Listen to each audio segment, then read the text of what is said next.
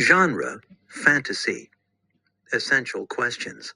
How has Earth changed over time? What kinds of changes have occurred slowly, over long periods of time?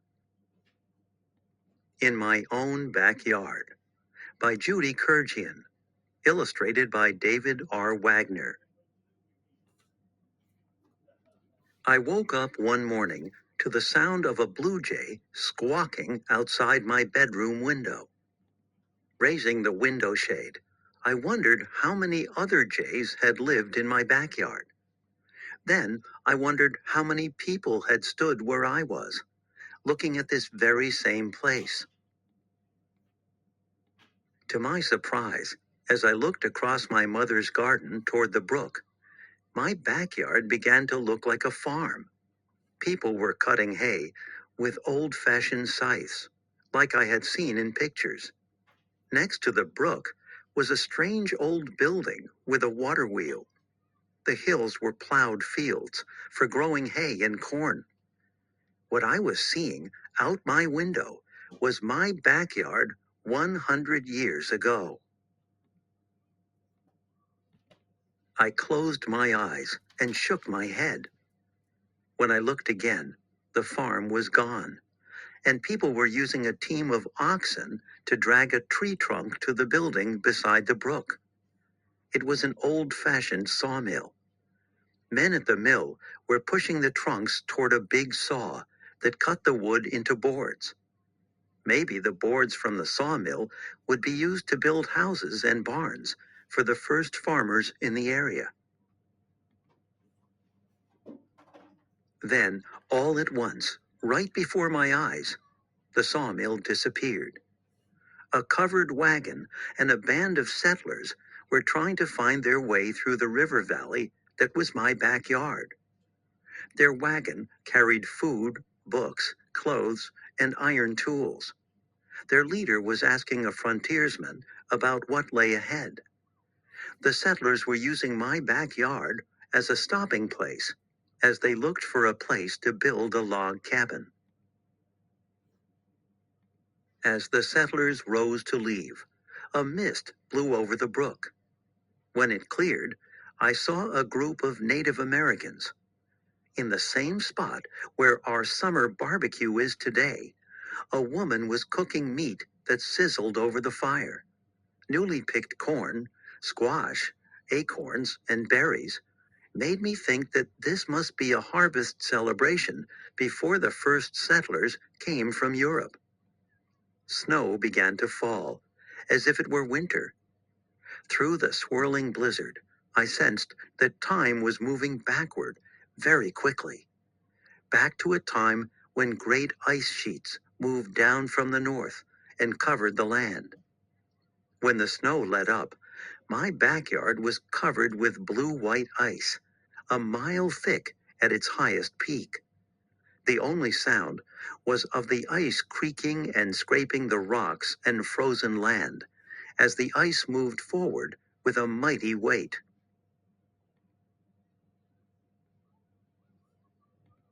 Then, in a blink of my eye, the ice was gone. People wearing animal skins were trying to drive away an animal that looked like a big furry elephant. I saw a frightened family crouching near their fire. They were holding tools made of stone. I could see paintings on a flat rock wall of the shelter where they slept. Then the animal and people ran away, and it looked much warmer in my backyard. Tall grasses and giant trees grew in a land of wild beauty, a land where no person had ever walked. The animals did not look quite like ones I had seen at the zoo. As they came to the brook to drink, I understood that this valley belonged to these creatures. They looked like camels, giraffes, hippos, monkeys, and other animals that no longer live anywhere near my backyard.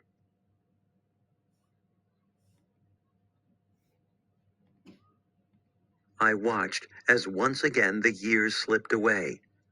Now the trees looked like palms and ferns, and my backyard was swampy and hot. Huge dinosaurs lived in my backyard, eating tropical plants in the morning haze. They looked like an Apatosaurus family. Fantastic birds flew across the sky, which was strangely bright. A baby stegosaurus grazed right in front of my window. Now, strange, huge trees appeared, and the smell of rotting leaves filled the air. I saw animals that looked like lizards and centipedes. Giant dragonflies skimmed over the surface of the water and the muddy land. The trees had green trunks, but I could not see very far between them because the air was thick with mist. The view from my window got blurry as the water in the swamp got deeper and deeper. When the land was all underwater, a huge fish with big teeth swam by, chasing two sharks. Around the coral and seaweed, unusual fish wore hard shells. Then the waters began to get shallow.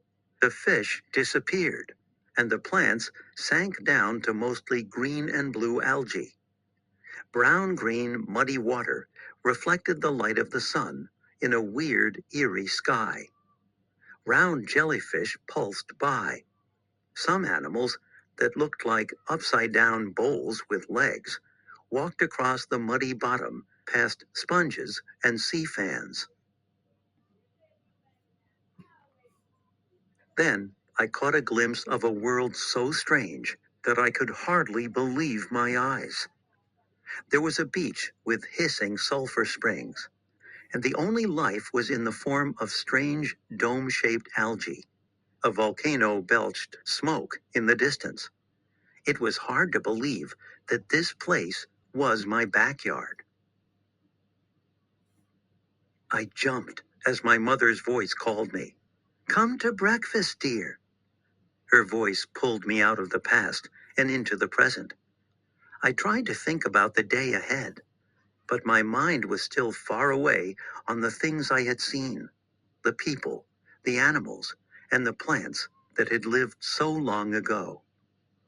Ever since that day, I've looked for bones and fossils that might have been left in that most amazing place, my own backyard.